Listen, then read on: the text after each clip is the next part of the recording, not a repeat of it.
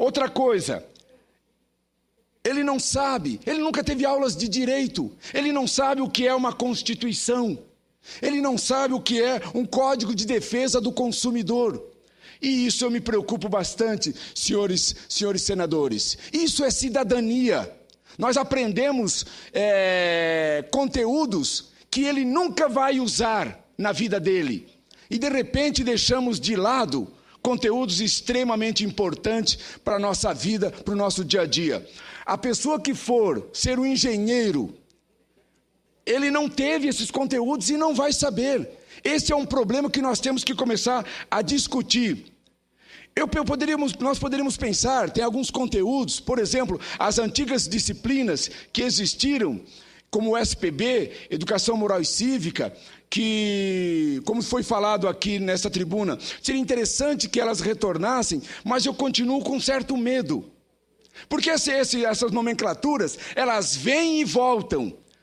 Assim como ela foi criada, e que foi muito interessante, ela também se acaba. O problema é esse. Como é que ficamos, então?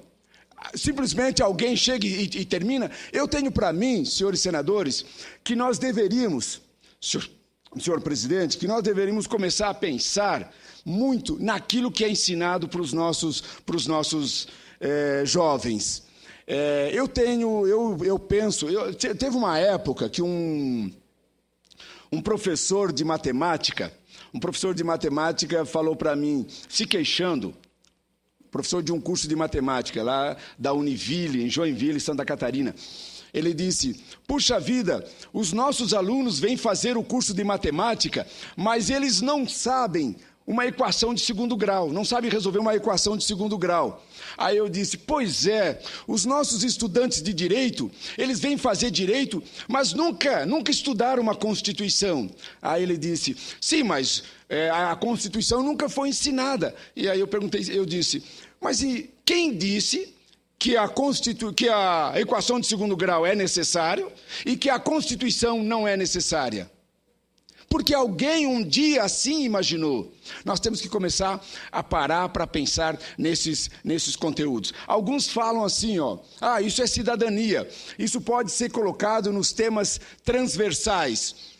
Tema transversal significa um conteúdo que todos os professores vão trabalhar. Mas o professor que é de matemática, que nunca teve outros conteúdos, eu pergunto, ele vai ter condições de estar trabalhando essas propostas curriculares?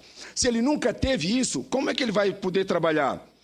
Eu tenho para mim, senhor presidente, que as grandes questões com relação a isso dizem respeito aos vestibulares, né? Os conteúdos são colocados nos vestibulares e aí as escolas acabam correndo atrás para poder se adequarem e darem alguma condição melhor para os seus